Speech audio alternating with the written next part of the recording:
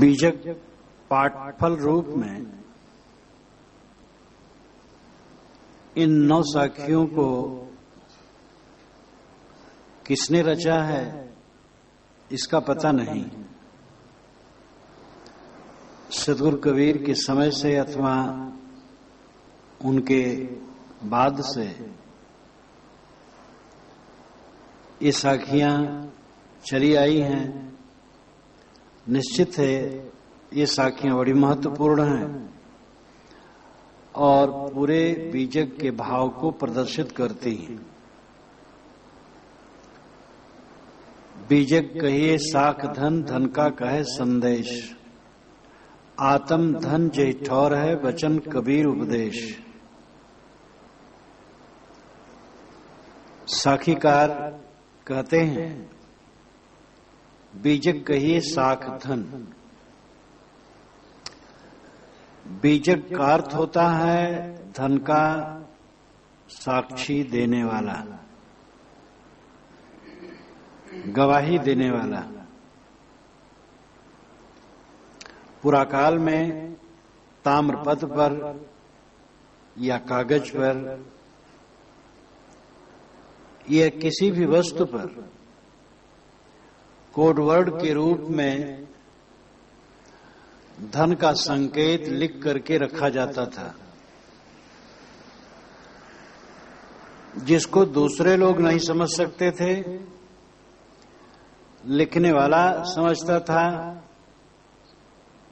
या उसकी परंपरा के लोग जिसे वो बता दिया जाता था वो समझता था।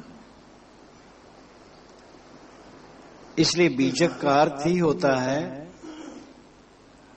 गुप्त रूप से रखे हुए धन का निर्देश करने वाला।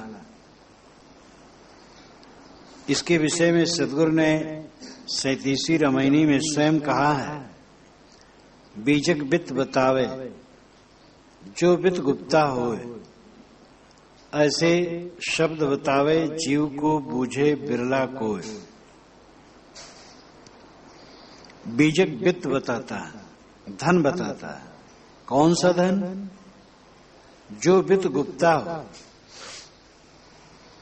जो धन गुप्त रूप से रखा हो, ऐसे शब्द बतावे जीव को। इसी प्रकार यह बीजक ग्रंथ अथवा इस बीजक ग्रंथ के शब्द जीव को बताते हैं।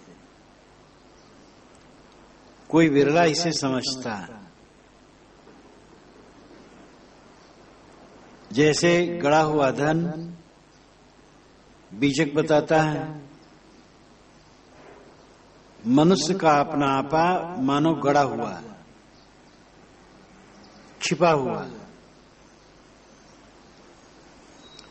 जो वस्तु निकट होती है वो दुर्विज्ञ होती है, दूर की वस्तुओं को समझने में सरल होता है, निकट की वस्तुओं को समझने में कठिन होता है। हम अपनी आंखों से दूर दूर की चीजों को देख लेते हैं, यहां तक कि करोड़ों किलोमीटर की दूर चांद सितारे हैं उनको हम देख लेते हैं, लेकिन आंख के पास में लगे हुए बाल को नहीं देख पाते हैं, आंख में लगे हुए कज्जल को नहीं देख पाते हैं। और दूर की वस्तु देख लेते हैं। आत्मा सबको जान लेती है, अपने को नहीं जानती है।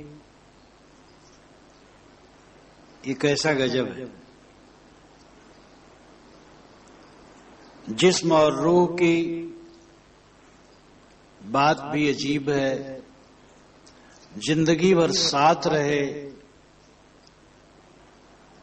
पर मुलाकात नहीं हुई, जिंदगी भर साथ साथ रहे। देह और जिस्म जिंदगी भर साथ साथ रहते हैं,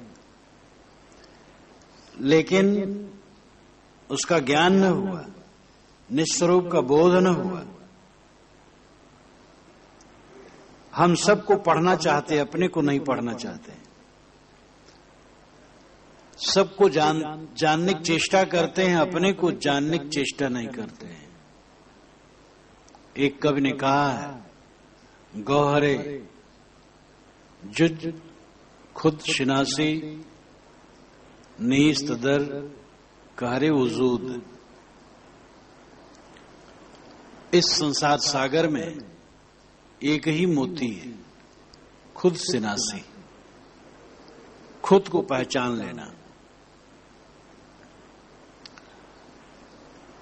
जैसे पानी में भंवर होता है, भंवर का पानी घूम घूम करके वहीं रहता है, ऐसे जीवन भर हम मैं के इर्द गिर्द घूमते रहते हैं।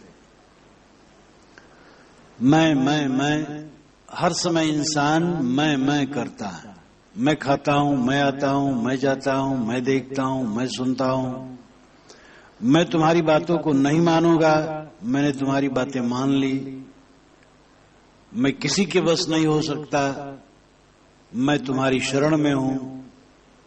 किसी भी अवस्था में इंसान मैं के इर्द गिर्द घूमता रहता है, लेकिन मैं को नहीं समझ पाता है। ये कितना बड़ा दुर्भाग्य है। लेकिन इस असार संसार में, इस भवसागर में अगर मोती है तो खुद सिनासी, गौहरे जुज खुद सिनासी नीस्त दर कहरे वजूद। आत्मज्ञान ही महामोती है, हीरा मणि, और उसी को हम नहीं समझते। साहब कहते हैं, बीजक कहिए साख धन। इस साखी के रचयिता संत कहते हैं, जो सदगुरु कबीर ने बीजक कहा है वो आत्मधन को प्रदर्शित करता है। धन का कहे संदेश, ये बीजक धन का संदेश कहता है। जैसे मैंने कहा कि ताम्रपत्र अथवा किसी चीज पर कोडवर्ड में धन का निर्देश लिख दिया जाता था और फिर समय से उसी के आधार पर धन निकाल लिया जाता था। आज भी व्यापारी लोग जब माल भेजते हैं तब माल की सूची और उसका दाम लिखते हैं और उसको बीजक कहते हैं। बीजक जो धन को बताए। आत्म धन जही ठौर है बचन कबीर उपदेश। आत्मा रूपी धन जिस जगह में है, कबीर के वचनों का उपदेश उसी के लिए है। कबीर साहब बारंबार हमें अपने तरफ लौटाते हैं। आत्म अपभ्रंश है, इसका तत्सम रूप है आत्म। दोनों का अर्थ होता है अपने आप। आत्म धन यानी अपने आप धन, अपना आपा। हृदया बसे तेहराम न जाना, सोई नूर दिल पाक है, सोई नूर पहचान। दिल में खोज दिल में खोजो, यह करीमा रामा। बारंबार दिल में कहा गया है कि वो दिल में, दिल का मतलब कोई मांस का लोथड़ा नहीं, शरीर के अंदर है। श्रुत वचन भी है, आत्मकीड़ आत्मरति क्रियावानेश ब्रह्म विदाम वरिष्ठ। जो आत्मकीड़ है और आत्मरत है और क्रियावान है, यानी सेवारत भी है, वही ब्रह्मज्ञानियों में सदा जनानाम हृदय सन्निविष्ट, प्राणियों के हृदय में वो स्थित है। श्रुतियों में, वेदों में, सदगुरु कबीर की वाणी में ही नहीं किंतु सगुण उपासकों की वाणी में भी जहां तथ्य कहा गया वहां हृदय निवासी कहा गया। अस प्रभु हृदय अछत अविकारी।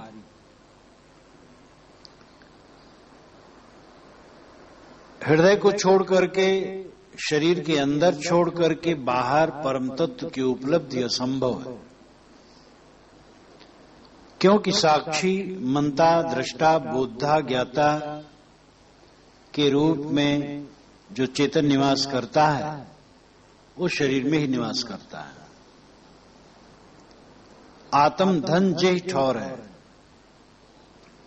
आत्मा रूपी धन जिस जगह में है, कबीर के बचनों का उपदेश वहीं के लिए है। वह बारंबार कहते हैं कि वो तुम्हारे दिल में बैठा है, कहां तुम बाहर खोज रहे हो। देखे बीजक हाथ ले, पावे धन ते शोध, याते बीजक नाम भो, माया मन को बोध। साखीकार निर्देश करते हैं, इसलिए अपने हाथ में लेकर के बीजक को देखो। श्री रामराज साहब ने कहा, जहां जहां निष्ठा बीजक केरा, अपनी पराई करे निबेरा। जहां जहां कबीर पंथ में बीजक के प्रति निष्ठा है, वहां वहां अपने और पराये का निबेर है। ये आज से 200 वर्ष पूर्व साखी कही गई, 200 वर्ष पूर्व। अपनी पराई का निबेरा यानी स्व और पर का निबेरा। अपना आपा चेतन और पर जड़। स्व और पर अध्ययन के दो ही विषय, स्व को समझ लेना, पर को समझ लेना, और पर से निवृत्त होकर स्व में स्थित हो जाना। यहां जो कुछ है क्या स्थिर है, क्या रह जाता है। इसलिए सार कहीं कुछ नहीं है। स्व को, आत्मा को, स्वयं को समझ लेना और स्वयं में रुक जाना, यही विशेषता है, यही जीवन फल है। इसी में अमोघ शांति, परम शांति। देखे बीजक हाथ ले, पावे धन ते शोध। जो बीजक हाथ में लेके देखेगा वह अपने धन को शोध लेगा, आत्मधन को शोध लेगा। बीजक में मुरव्वत नहीं है। नाम ले लेकर के अंधविश्वासों का खंडन है।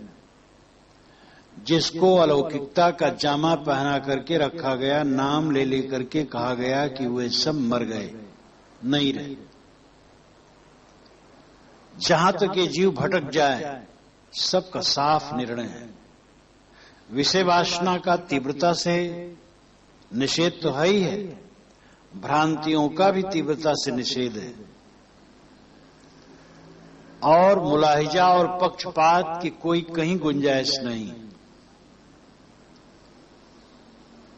बीजक ऐसा ग्रंथ है जो गलत और सही का निर्वार करता है।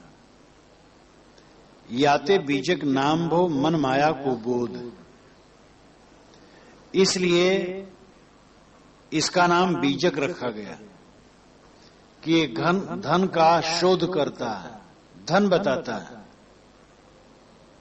आत्मधन बताता है, निस्वरूप का बोध कराता है, और माया मन का भी बोध कराता है। आत्मधन स्व है, मन माया पर है। स्व पर में फंसा है, पुरुष प्रकृति में फंसा है। माया और मन, माया है दृश्यों का मोह, मन है संस्कारों का समुच्चय। ये दोनों का बोध होना चाहिए। दृश्यों का मोह यही गले की फांसी है। जो कुछ दिखाई देता है, नर नारी, वस्तु, व्यक्ति, स्थान, परिस्थिति, भूमिका, इनमें कहीं मोहित न होना, और जो संस्कारों का समुच्चय है उसमें भी न भटकना।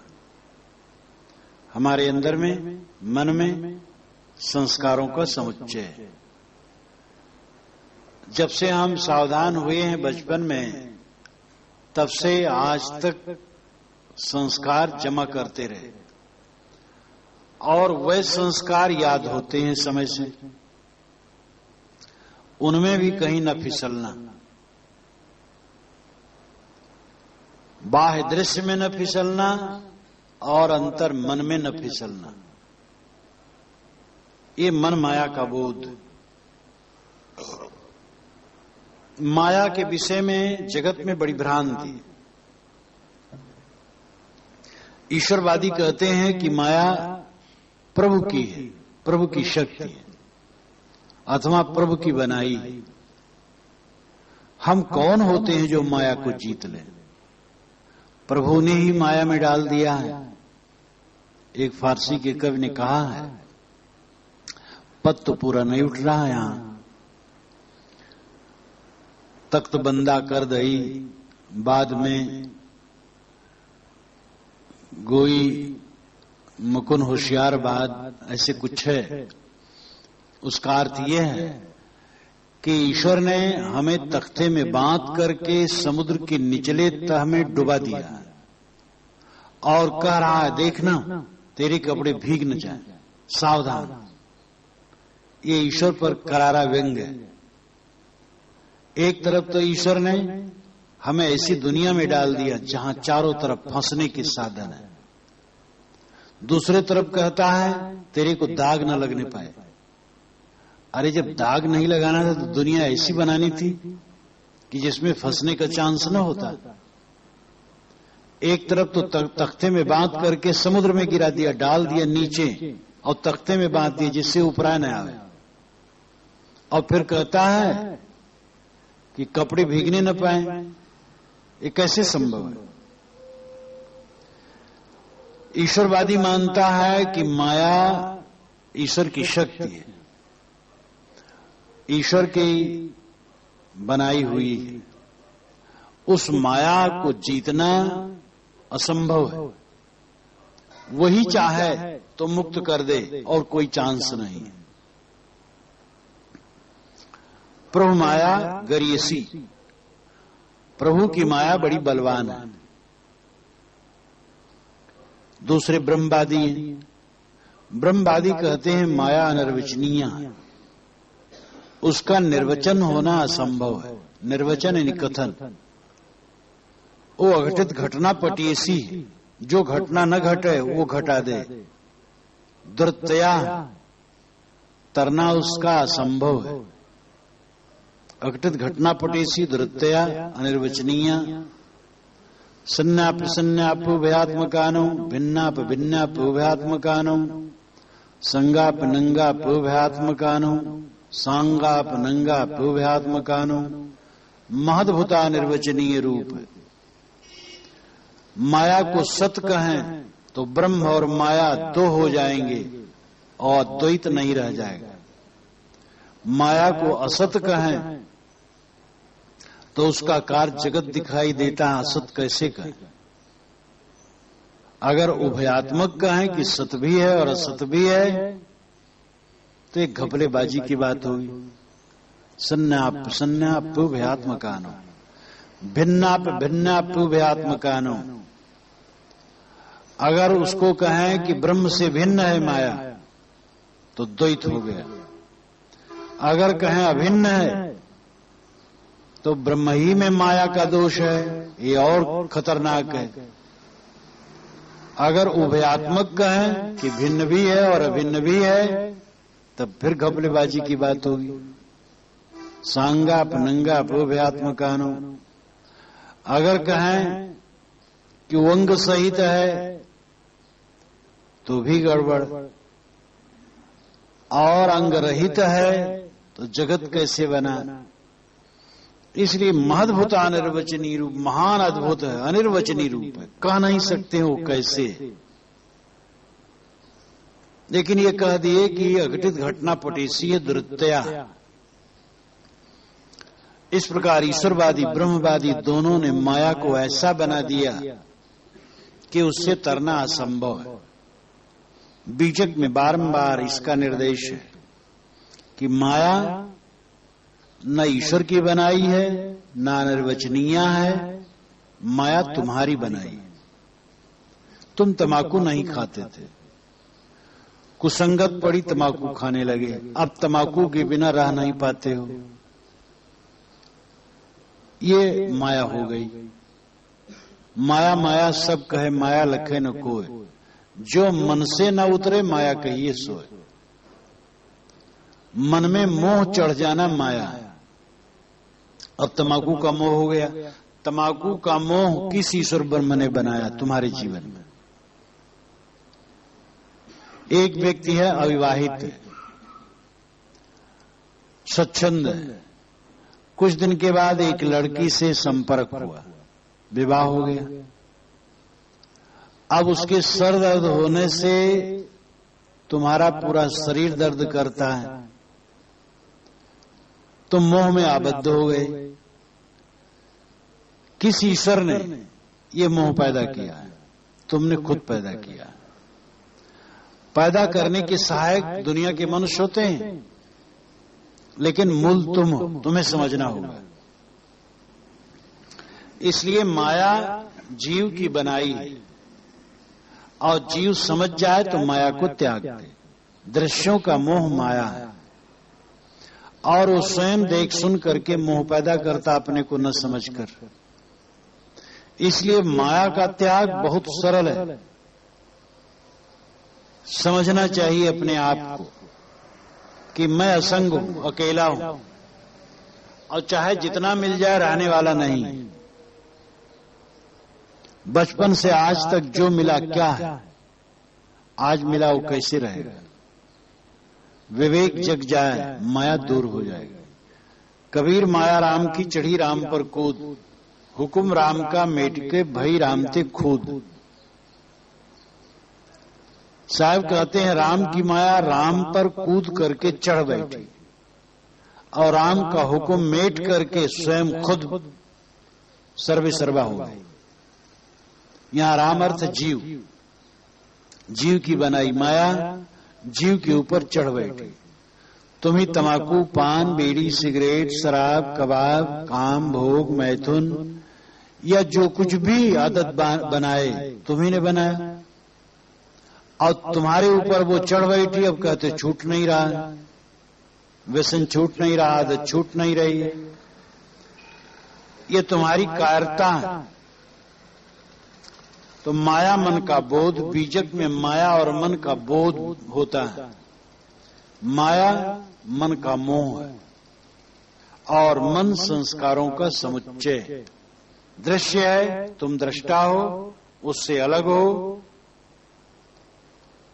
ये बीजक में बोध होता है। अस्ति आत्मा राम है, मन मायाकृत नास्ति। या की पारख लहे यथा बीजक गुरमुख आस्ति। अस्ति आत्मा राम, अस्त नाम होना। आत्मा राम की सत्ता है। आत्मा और राम ये दो शब्द आया है।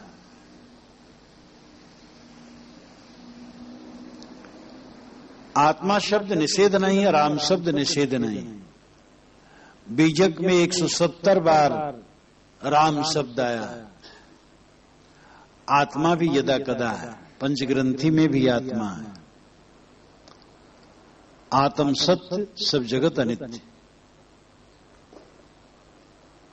आत्मा का अर्थ ही होता है स्वयं, और राम का अर्थ होता है जो रमता है। साहब ने तो 170 बार राम कहा ही। उसके पीछे परम पारखी संत श्री राम रहस्य साहब ने कहा, राम रूप में परम पुनीता। सदगुरु कैसे हैं? राम रूप में और परम पुनीत है। यानी वो चैतन्य में स्वरूपाकार वृत्ति में स्थित है। राम भूमिका बासक युक्ता।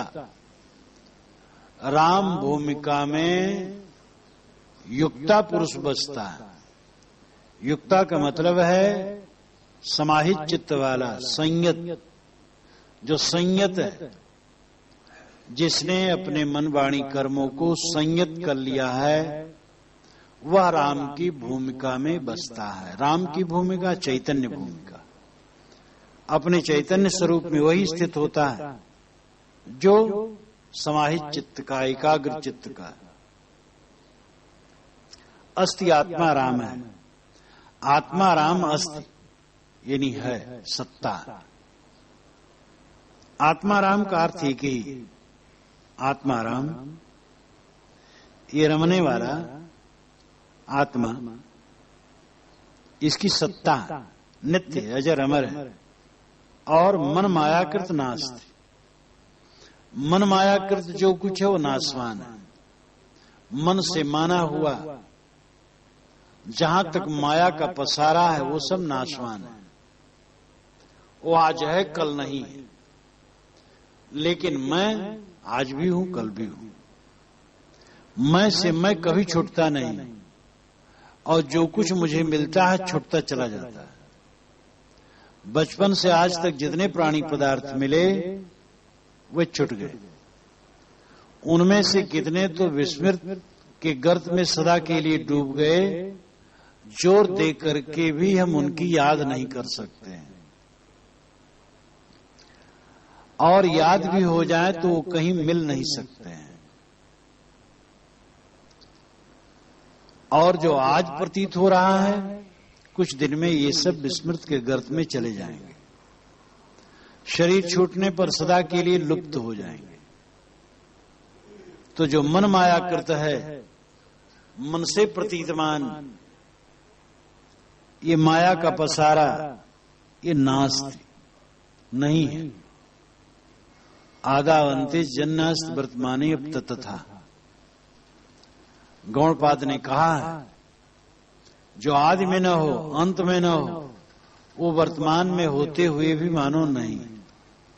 ये शरीर पहले नहीं था, अवंत में नहीं रहेगा, इसलिए वर्तमान में होते हुए भी मानो नहीं है। ये विवेक जगाना चाहिए। ये तो पतरी है, पतरी में भोजन कर लिए, पतरी लपेट के फेंक दिए। पतरी छाती में बांध करके घूमने की चीज नहीं। शरीर मिला, इससे साधना करके कल्याण कर लिए, बस ये लपेट करके फेंक दिया जाए, और इसका कोई अस्तित्व नहीं है। अस्ति आत्मा राम है, मन मायाकृत नास्ति। या की पारख लहे जथा बीजक गुरुमुखास्ति। इन दोनों की परख यथा नाम यथार्थ रूप से लखे। यथार्थ का संक्षिप्त स्वरूप यथा है, और यथा का शाब्दिक अर्थ होता है जैसे। जैसे आत्मा राम है और मन माया है, वैसे उसको परख है। यथा नाम जैसे, जिस प्रकार आत्मा राम है और जिस प्रकार मन माया है, उसी प्रकार इसकी परख कर ले, ज्यों का त्यों। यथा का शाब्दिक अर्थ है, और यथा यथार्थ का संक्षिप्त स्वरूप है।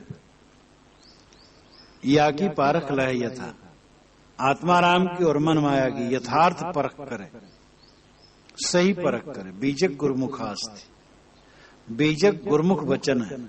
आस्ति अस्ति, आस्ति पद बैठने के लिए शुद्ध शब्द है अस्ति, अस्ति होना। बीजक गुरुमुख वचन है। पढ़े गुने अति प्रीतयुत ठहर के करे विचार, स्थिरता बुद्धि पावे सही वचन कबीर निर्धार। बीजक को पढ़े और फिर गुने। साहब कहते अति प्रीतयुत, साखीकार जिसने साखियां लिखी हैं, ये कबीर साहब की साखियां नहीं, ये 9 साखियां किसी दूसरे संत की रचना, जो बीजक के महत्व में लिखी गई है। पढ़े गुने अति प्रीतयुत, अत्यंत प्रेम से इसको पढ़े और गुने। वस्तु सत हो, लेकिन प्रेम न हो तो काम नहीं देती। प्रेम की जरूरत है। प्रेम से पढ़ो, ठहर के करे विचार, और पढ़ने के बाद ठहरे और विचार करे ये क्या पढ़ा, क्या बताया गया। बीजक में ऐसे पद हैं, एक एक पद हैं कि जो अद्भुत अद्भुत है। पूरा बीजक रत्नों की खान है। भाई रे गैया एक बिरंज दियो है, गैया भार भार भो भारी। इस लंबे पद में चित्तवृत्ति को गैया का रूपक दे करके जो समझाया गया है बड़ा अद्भुत है। एक जगह नहीं, सैकड़ों वचन ऐसे हैं जो अत्यंत मार्मिक हैं।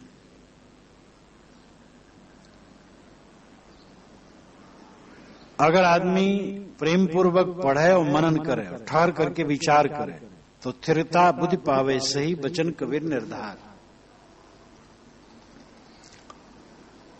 साखीकार कहते हैं कोई स्थिरता की बुद्धि पाएगा, उसकी बुद्धि स्थिर होगी, शांत होगी। वचन कबीर निर्धार, कबीर का वचन निर्धार है, निर्णय है, निश्चयात्मक है। निर्भ्रांत ज्ञान कबीर साहब का है, भ्रम नहीं है उसमें, संदेह नहीं, कोई बैसाखी नहीं। कबीर साहब ये नहीं कहते हैं कि मैं अवतार हूं, पैगंबर हूं, कहता हूं मान लो। ये नहीं कहते हैं मेरी वाणी खुदाई। वे कहते हैं तैया हम तुम एक ही लोहो एक ही प्राण व्यापे मोह। हम और तुम एक ही प्रकार पैदा हुए, हम भी मनुष्य हैं। अपनी कहे मेरी सुने, सुन मिल एक हुए। अपनी बात कहे मेरी बात सुने, सुनिए सबकी निवेरिए अपनी। सबकी बात सुने और अपने विवेक से निर्णय करें। वो ये नहीं कहते कि मान लो, समझो, विचारो। स्थिरता बुद्धि पावे, सही स्थिरता की बुद्धि पाना ये बड़ी बात है। विश्वास होना ग्रंथों में बारंबार आया है, वासना त्याग दो, मोक्ष इसी जीवन में है। लेकिन इसमें विश्वास कि मोक्ष होता है, वासना का त्याग होता है। विश्वास हुए बिना काम नहीं चलता। विश्वासी न हो, कहा तो जाता है लेकिन मोक्ष कहां होता है।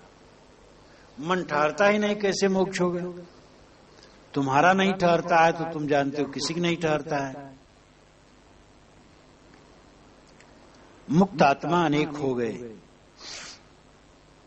आज भी हैं, आगे भी होंगे। जो अपने मन से मोह माया को दूर कर देगा आज ही मुक्त है। जीवन मुक्त क्या? मोह का त्याग। स्वरूप का बोध हो जाए और मोह का त्याग हो जाए, बस कल्याण। तो स्थिरता बुद्धि पाना, निश्चल आत्मबोध में स्थित हो जाना, ये बड़ी बात है। वचन कबीर निर्धार। साखीकार कहते हैं कबीर का वचन निर्धार है, निश्चयात्मक है, निर्णय है। इसलिए उसका मनन चिंतन करो। सार शब्द टकसार है, बीजक या को नाम। गुर की दया से परख भई वचन कबीर तमाम। सार शब्द टकसार है, टकसाल में सार शब्द है। टकसार का शुद्ध शब्द है टकसाल। टकसाल वह स्थान जहां सिक्के ढलते हैं, वो प्रामाणिक माना जाता है। जहां पर 2-2-4 की तरह कहा गया हो, वो टकसाल वचन है। बीजक को टकसार भी कहा जाता है, ये टकसार वचन है। पंचग्रंथी में श्री राम रहस्य साहब ने टकसार वचन कहा है। कबीर साहब के नाम से जो वचन है वो टकसार का है, निर्णय वाणी। टकसाल में सार शब्द है। सार शब्द निर्णय को नामा, जाते हुए जीव को कामा। सार शब्द कहते हैं निर्णय वचन को। कुछ लोग खोपड़ी में होती हुई झनकार को सार शब्द कहते हैं, उसका सुनना कल्याण मानते हैं। वो तो मन को ठहराने की एक तरीका है। खोपड़ी की झनकार, आंख की गर्मी, सांस, किसी महापुरुष का चित्र, ये सब मन ठहराने का तरीका है। न सांस में स्थित होना है, न ज्योति में, न शब्द में, न किसी महापुरुष के चित्र में। स्थित तो स्वरूप में होना है।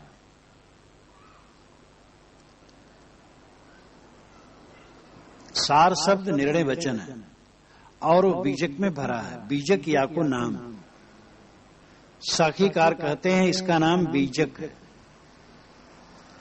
गुरु की दया से परख भई वचन कबीर तमाम। गुरु की कृपा से जड़ चेतन की परख हो गई, सार सार की परख हो गई। प्रकृत पुरुष और आत्माराम तथा मन माया की परख हो गई। वचन कबीर तमाम, यहां कबीर साहब का वचन तमाम हो गया। तमाम का मतलब है संपूर्ण, पूरा।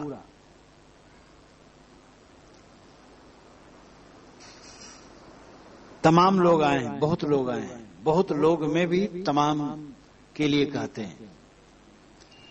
बहुत लोग आए हैं, तमाम लोग आए हैं। तमाम लोग आए हैं मतलब बहुत लोग आए हैं। लेकिन तमाम का शाब्दिक जो अर्थ होता है वो संपूर्ण होता है। संपूर्ण लोग आए हैं, अगर ये भाव हो तो तमाम लोग आए कहा जा सकता है। संपूर्ण लोग नहीं आए हैं तो तमाम नहीं कहा जा सकता। लेकिन शब्द देश काल के आयाम में यात्रा करता है और अर्थ बदलता रहता है, नए नए अर्थ ग्रहण करता रहता है। एक शब्द के कई अर्थ होते भी हैं। वचन कबीर तमाम, यहां कबीर का वचन तमाम हो गया, संपूर्ण हो गया, पूरा हो गया, समाप्त हो गया। बीजक पूरा ग्रंथ समाप्त हो गया, ये अभिप्राय है।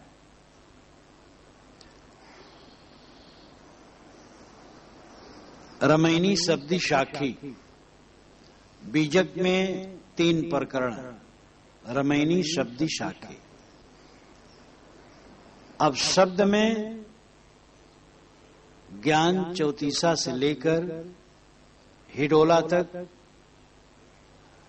अतिरिक्त प्रकरण भी आ जाते हैं। संक्षिप्त रूप से अगर बीजक को कहा जाए तो 3 प्रकरण है, रमैनी, शब्द और साखी। विवरण से कहा जाए तो 11 प्रकरण है। शब्द के बाद और हिडोला तक ये 8 प्रकरण आते हैं छोटे छोटे, तो 11 प्रकरण सब हो जाते हैं।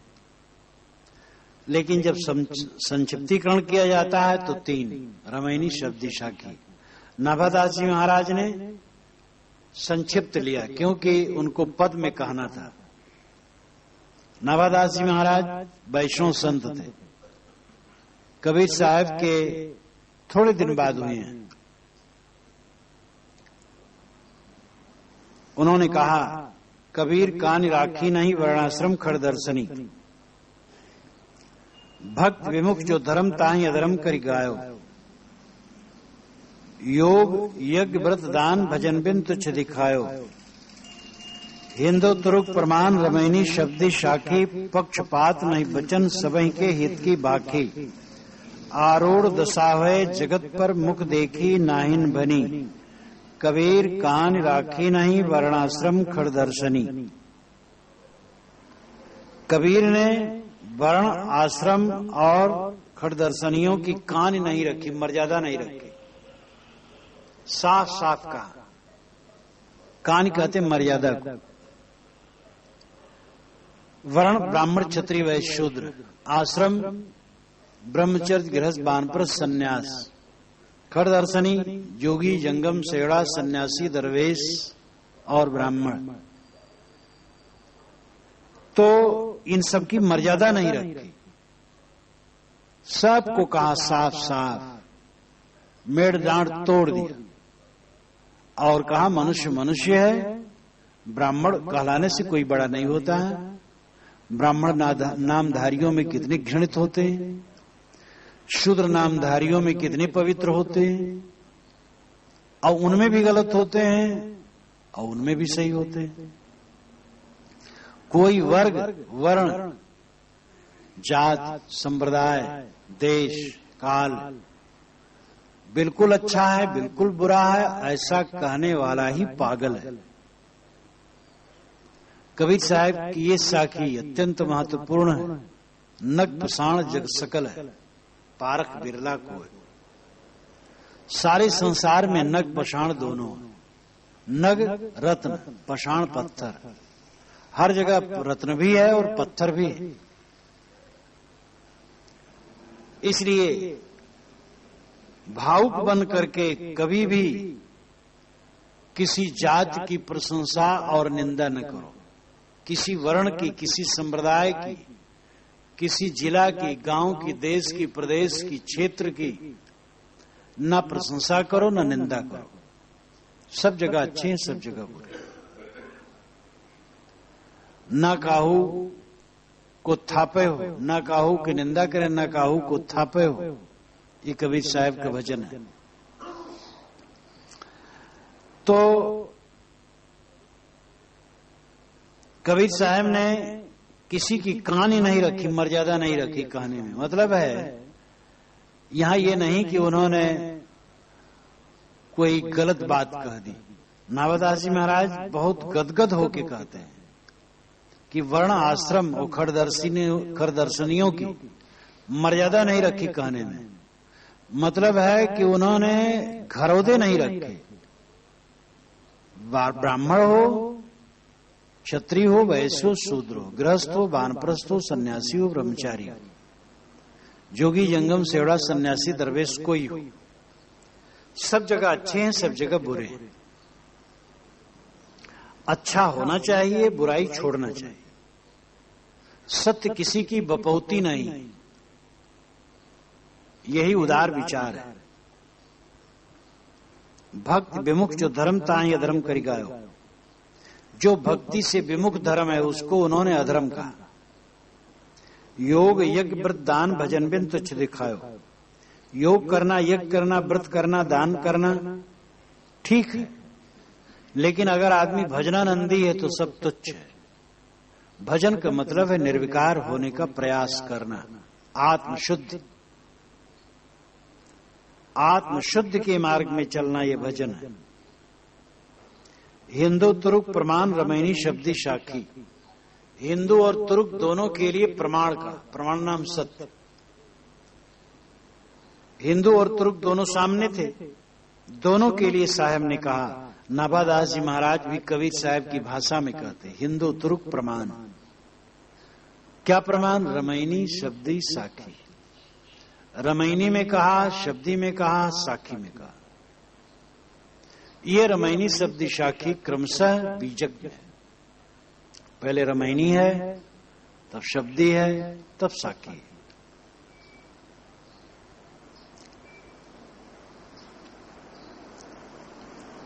और शब्द में ही अतिरिक्त प्रकरण आ जाते हैं। पक्षपात नहीं वचन, सबहीं के हित की भाकी।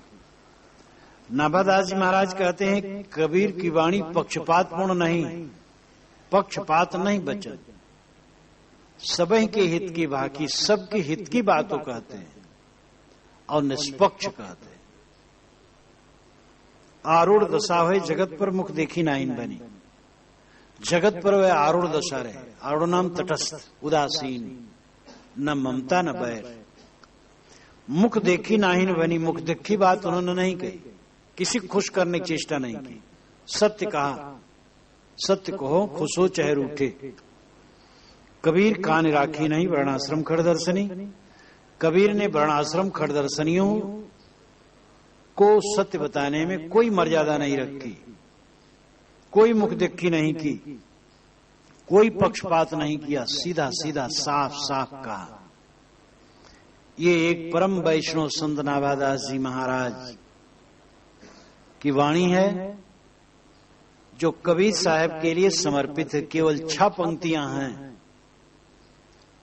आज तक कबीर के भक्त, कबीर की प्रेमी, कबीर की आलोचक, कबीर के समीक्षक, कबीर की महिमा में जितना कहे हैं, कह रहे हैं और आगे कहेंगे, इन 6 पंक्तियों से अलग नहीं जाएगा।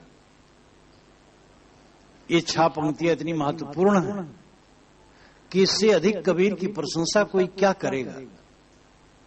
एक वैष्णव संत ने जो 6 पंक्तियों में कबीर की प्रशंसा की, इससे अधिक प्रशंसा असंभव है। और जितनी प्रशंसा होगी सब इसी की व्याख्या हो।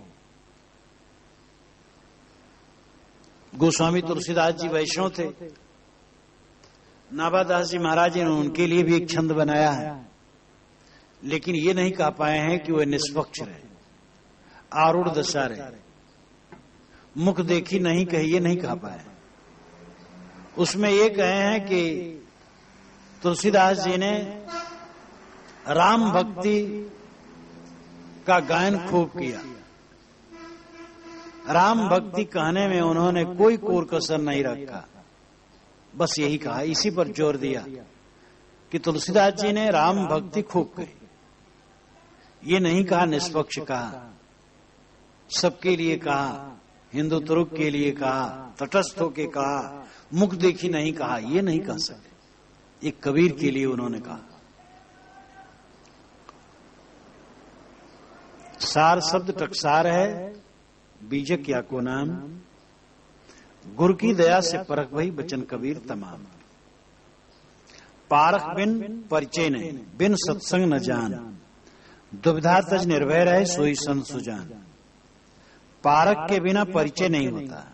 पारक यानी परीक्षा, गुण और दोष को अलग अलग करना, अन्वीक्षी विद्या। अन्वीक्षी विद्या, अन्वीक्षण परीक्षण। पारक बिन परिचय नहीं। पारक के बिना, परीक्षा के बिना सत्य और असत्य समझने में नहीं आता है। बिन सत्संग न जान, पारखी संतों की संगत किए बिना पारख बोध होता भी नहीं है, निर्छीर निर्णय करने की शक्ति मिलती भी नहीं है, क्योंकि आदमी जड़ी भूत है, परंपरा पोथी महापुरुष में जड़ हो गया, चिपक गया। दुविधा तज निर्भय रहे सोई संत सुजान। वही सुजान संत है, वही प्रबुद्ध संत है जो दुविधा को छोड़ करके निर्भय हो जाता है। किसी विषय में दुविधा होने से उस संबंध में आदमी निर्भय नहीं हो सकता। विरक्त होंगे तो खाने पीने को मिलेगा कि नहीं मिलेगा, रोग लगेगा तो दवाई मिलेगी कि नहीं, कोई सेवा करेगा कि नहीं। अरे एक आदमी ने तो कहा, महाराज मेरे मन में होता जब मैं मर जाऊंगा, ये मेरे घर वाले अंत्येष्ट क्रिया करेंगे कि नहीं करेंगे। मैंने कहा, अनाड़ी तू मर जाएगा तो तेरे कौन चिंता रहेगी, लाश सड़ेगी तो घर वाले अपने आप दुर्गंधिक डर से कहीं ठिकाने लगाएंगे, तेरे को क्या चिंता है। तो ये अज्ञान आदमी को दुविधा बना रहता है। मोक्ष होता है कि नहीं, वासना त्याग होती है कि नहीं, पूर्ण जीवन मुक्ति होती है कि नहीं, ये दुविधा मिटना कोई मामूली बात नहीं है। कितने लोग राजनीतिक निर्णय करते रहते, अपने को परम पारखी कहते रहते हैं, लेकिन निर्भय नहीं हो पाए तो परम पारखी कहने से क्या होगा। दुविधा त्याग करके निर्भय होना, निश्चयात्मक बुद्धि होना एक बहुत बड़ी बात है। साहब कहते वही सुजान संत है जो दुविधा को छोड़ करके निर्भय हो जाता है। मेरा स्वरूप अजर अमर अखंड शुद्ध चैतन्य है, निर्मल है। मन और इंद्रिय जनित जहां तक बोध है वो दृश्य है और मुझसे अलग है। उसका मोह त्याग करके स्वरूप स्थित होती है। स्वरूप स्थित जीवन मुक्ति है और विदेह मुक्ति होती है, ये पक्का है। ऐसा दृढ़ निश्चय होना ये बहुत बड़ा गुण है और इसके बिना कोई निर्भय नहीं हो सकता। नीर क्षीर निर्णय करे हंस लक्ष्य सहिदान, दयारूप थिरपद रहे सो पारक पहचान। साखीकार संत कहते हैं कि नीर क्षीर निर्णय करे, यही हंस का लक्ष्य है, यही हंस का सहिदान है। लक्ष्य का अर्थ है लक्षण, लक्षण का संक्षिप्तीकरण लक्ष्य है। और लक्ष्य को हम शा आधा और या बना करके पढ़े तो लक्ष्य उद्देश्य। हंस का लक्ष्य, हंस का उद्देश्य है निश्चय निर्णय। यहां ज्यादा लक्षण का संक्षिप्तीकरण है लक्ष्य। हंस का लक्षण है और सैदान नाम पहचान है निश्चय निर्णय करना। इसी प्रकार विवेकी आदमी की पहचान है जड़ चेतन निर्णय करना, गुणदोष निर्णय करना और स्वरूप बोध में ठहरना। दयारूप थिरपद रहे सो पारक पहचान। पारक को किसने पहचाना? पारक बोध किसे हुआ?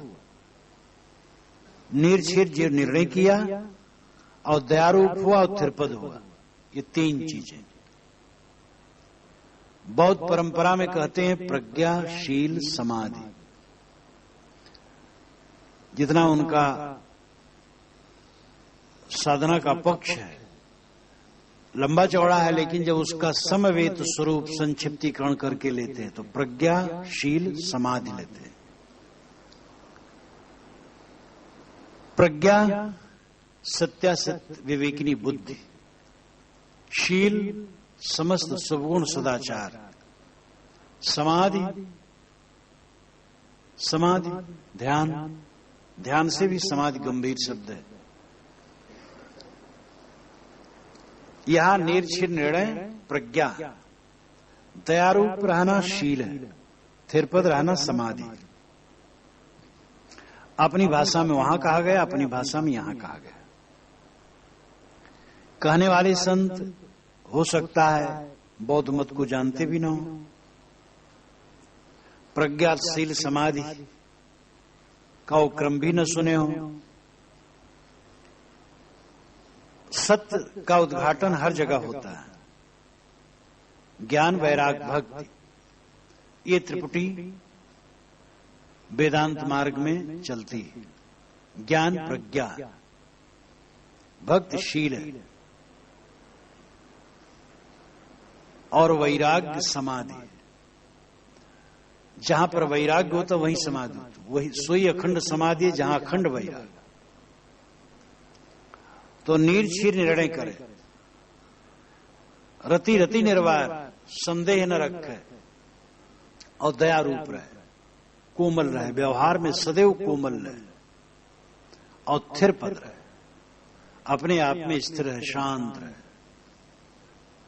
जीवन की सफलता गहरी शांति। तो जो निर्छीर निर्णय करता है यही हंस का लक्षण है और दयारूप रहे, व्यवहार में कोमल रहे, सबसे मीठा वचन बोले, निरहंकार वचन बोले और थिरपद रहे, अपने पद में स्थिर रहे, तब समझ लो उसने पारक को पहचाना। देह मान अभिमान ते निरहंकारी होए, वर्ण कर्म कुल जाते हंस निनारा होए। देह का मान अभिमान न रखे, निरहंकारी हो जाए।